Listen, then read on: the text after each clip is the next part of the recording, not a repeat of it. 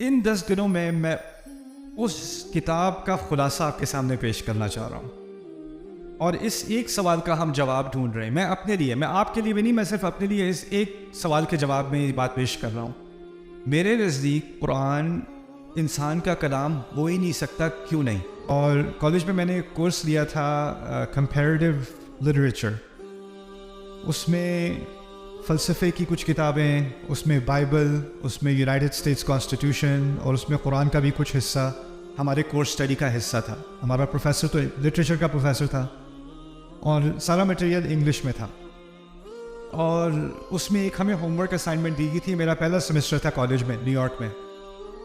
اور اسائنمنٹ یہ تھی کہ بائبل میں جوسف کی کہانی جو ہے، story of Joseph in the book of Genesis, اس کا آپ نے تقابل کرنا ہے قرآن میں سورہ یوسف سے. سورہ یوسف 12ویں سورت میں سیم اسٹوری آف جوسف، اور یہاں پر بائبل کی اسٹوری. ان دونوں کا آپس میں کیا تعلق ہے، ان کا کیا کمپیریزن ہے. تو مجھے جب یہ اسائنمنٹ ملی، میں نے پہلی دفعہ سورہ یوسف ترجمے کے ساتھ پڑھی، انگلش ترجمے کے ساتھ، اور مجھے وہ بہت ہی کنفیوزنگ لگی. پہلے میں نے بائبل کی اسٹوری پڑھی تھی. اچھا، بائبل کی اسٹوری میں نام بھی ہے، ماں کا نام بھی ہے، باپ کا نام بھی ہے، بھائیوں کا نام بھی ہے، کہاں پر رہتے تھے، کون سے گاؤں میں رہتے تھے، مصر کیسے پہنچے، مصر میں کس علاقے پر پہنچے، وہ جو منسٹر تھا عزیز، اس کا کیا نام تھا، اس کی بیوی کا کیا نام تھا، ساری معلومات تھی. آپ قرآن پڑھو تو نہ بھائیوں کا نام، نہ ماں کا تو ذکر بھی نہیں. اور پھر جو بائبل میں قصہ ہے اس میں جگہوں کے نام، یہاں پر جگہوں کا بھی کوئی ذکر نہیں. وہ خاص نہیں، بس مصر کا ایک لفظ کہہ دیا ایک دفعہ بس. اب وہ مصر کا باقاعدہ منسٹر ہے، لیکن اس کو بھی العزیز، یعنی جس کے پاس اقتدار ہو، بس اتنی سی بات کیا کہ آگے بات چلتی. اس کی بیوی کا نام نہیں، کوئی بھی تفاصیل نہیں. تو لگا یہ کہ قرآن میں بہت ساری معلومات مسنگ ہیں. بائبل میں بہت زیادہ معلومات ہیں اور قرآن میں بہت ساری چیزیں مسنگ ہیں.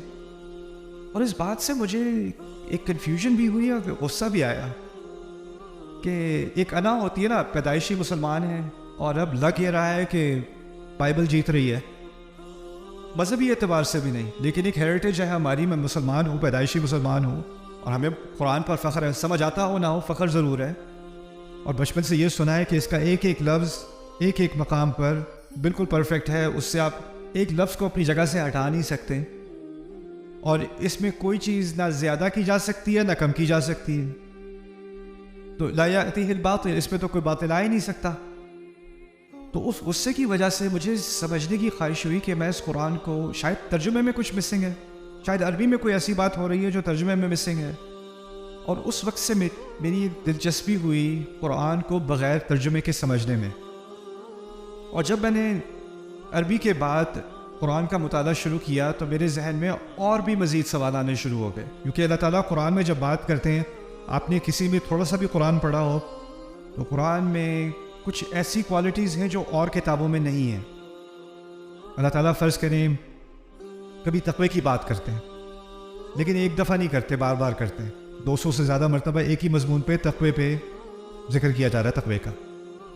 اگر کسی ایک قصے کی بات ہو رہی ہے، موسیٰ علیہ السلام کا قصہ ہو رہا ہے، تو وہ ایک مقام پر مکمل بات نہیں کی جا رہی، تھوڑی سی یہاں، تھوڑی سی وہاں، تھوڑی سی وہاں، یعنی ٹوٹا ہوا ایک چھوٹا سا ٹکڑا ادھر، ایک ٹکڑا ادھر، ایک ٹکڑا ادھر. پھر دوسری بات، اگر قصہ دوبارہ دہرایا بھی جا رہا ہے تو اس کی تقریباً کچھ تفاصیل وہی ہیں جو پہلے بھی کہی جا چکی ہیں، تو دوبارہ کہنے کا کیا فائدہ. اب کسی اور کتاب کو کھول لو، اس میں اگر کوئی پرانی بات، یا چیپٹر 5 پہ آپ پہنچے ہو، 5ویں باب پہ پہنچے ہو، اور اس میں تیسرے باب کا کوئی حوالہ دینا ہوتا ہے، تو جو کاتب ہوتا ہے، آتھر ہوتا ہے، وہ کہہ دیتا ہے آپ فلانے پیج پہ چلے جائیں، اس بات کا وہاں ذکر ہو چکا ہے. وہ پوری بات دوبارہ نہیں چھاپے گا، وہ صفحے کو ضائع نہیں کرے گا، رائٹ. لیکن قرآن میں ایسی بات نہیں ہے. قرآن جب آپ کتاب کے طور پہ پڑھتے ہو تو جو بات آپ نے پہلے پڑھی تھی وہی بعد میں بھی آ رہی ہے. کبھی کبھی وہی جملہ، وہی آیت، وہی ذکر، لفظ پہ لفظ دوبارہ ریپیٹ ہو رہا ہے.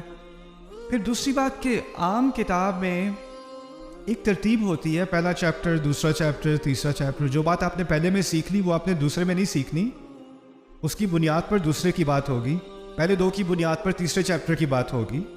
اور اسی طرح ترتیب سے جتنا آپ آگے جاؤ گے اتنا مضمون آگے بڑھتا چلا جائے گا. اور اگر آپ مضمونوں کی یا چیپٹرز کی، ابواب کی ترتیب کو ادھر ادھر کرو گے نا، تو کتاب کی کوئی تک نہیں بنے گی. کچھ سمجھ نہیں آئے گی یہ کیا ہو رہا ہے.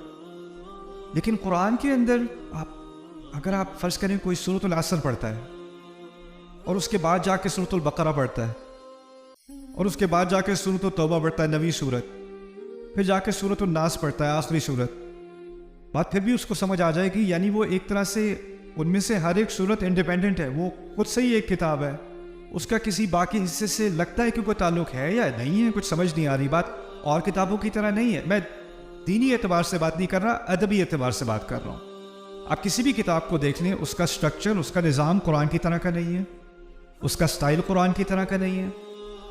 تو یہ چیزیں جب میں نے نوٹ کی عربی میں بھی، تو پہلے تو میں سمجھ رہا تھا بات کو اور تفسیر کا مطالعہ میں نے شروع کر دیا تھا، لیکن یہ سوالات میرے ذہن میں رہے کہ قرآن اس طرح کیوں ہے، اللہ تعالیٰ اس طرح بات کیوں کرتے ہیں، اس کا کیا مقصد ہے.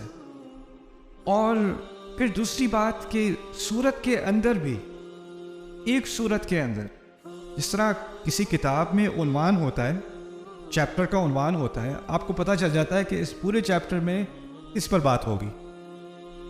آپ آل عمران کو کھولیں، آل عمران کا مطلب ہے عمران کا گھرانہ. آل عمران کی 200 آیات کا آپ مطالعہ کریں، عمران کے گھرانے پہ بہت تھوڑی آیات ہیں، اکثریت کسی اور چیز کے بارے میں بات ہو رہی. سورۃ البقرہ کوئی چیپٹر کا نام پڑھ لیں، بقرہ، وہ کیا سمجھے گا کیا بات ہونی ہے اس کے اندر؟ گائے کے بارے میں بات ہو رہی ہے، بھینس کے بارے میں بات ہو رہی ہے، اور کیا بات ہونی ہے. لیکن جب آپ پڑھتے ہو تو وہاں ایک قصے کا ذکر تو ہے، لیکن وہاں بہت ساری باتیں اور ہر طرح کی بات ہو رہی ہے اس کے اندر. تو ان سوالات کے جواب کی تلاش میں نکلا، اور ان کا جواب مجھے نہ ترجمے میں ملا ان سوالات کا. میں نے سوال اپنے پاس رکھے، میری بری عادت ہے، مجھے کوئی سوال سے نہیں روک سکتا. اور ہمارے سرکلز میں کیا ہوتا ہے، خاص کر جو دینی سرکل ہوتا ہے، اس میں اگر آپ کو ایسا سوال پوچھو جو آپ کے پڑھانے والے کو اچھا نہ لگے تو آپ کو کہہ دیتے ہیں استغفار کرو، توبہ کرو، یہ کوئی پوچھنے کا سوال ہے، اور وہ آپ کو سپریس کر دیتے ہیں. لیکن میری بس ایک دماغ میں ایک بات آ گئی، مجھے اس کا جواب چاہیے. تو میں اس سفر پہ نکلا. کیا کچھ لوگوں نے ہماری تاریخ میں یہی سوال پوچھے ہیں کہ نہیں، اور ان سوالوں کے جواب کی تحقیق کی ہے کہ نہیں. اور مجھے دل کو بڑی خوشی ہوئی کہ اس پر بہت کام ہوا ہے، بہت زیادہ کام ہوا ہے، لیکن اس کی اکثریت عربی میں ہے، اس کام کی اکثریت، اور اس کا ایکسپوجر عربوں کو خود بھی کم ہے.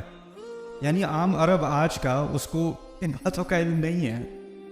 اور اس کے علاوہ جو باقی مسلمان ہیں، جو اکثریت ہے امت کی غیر العرب، ان کو تو بالکل بھی نہیں ہے. اور پھر دوسری بات یہ کہ یہ جو کتابیں ہیں جن میں ان باتوں کے بارے میں کچھ بات سکھائی گئی ہے، وہ ایسی علمی کتابیں ہیں، ایسی ٹیکنیکل کتابیں ہیں کہ اگر میں آپ کو ان کتابوں کا حوالہ دینا شروع کر دوں تو آپ کو پہلے ہی بات سمجھ نہیں آئے گی کہ وہ بات ہی اتنی پیچیدہ طریقے سے بات بیان کی جا رہی ہے. ایک انسان کے لیے ممکن ہے ہی نہیں، یہ کلام انسان کے لیے ممکن نہیں ہے. اب جو شروع سے بچپن والا دعویٰ میں سنتا آ رہا ہوں نا کہ یہ قرآن انسان کے لیے اس قسم کا کلام کہنا ممکن نہیں ہے، اس کی بنیاد تھی کہ مجھ سے بڑوں نے کہا ہے، میرے والدین نے کہا ہے، امام مسجد نے کہا ہے، میں نے بار بار یہ بات خطبوں میں سنی ہے، میں نے مان لی. میرے پاس اس کی اپنی کوئی ذاتی دلیل نہیں تھی، کسی کی سنی ہوئی بات میں نے مان لی.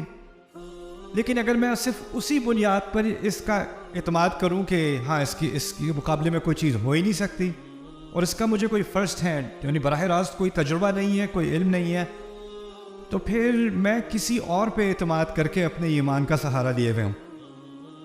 قرآن بار بار کہہ رہا ہے افلا تعقلون، سوچتے کیوں نہیں، سوچتے کیوں نہیں، سوچتے کیوں نہیں. اور ہم کہہ رہے ہیں کسی اور نے سوچ لیا وہ ہمارے لیے کافی ہے.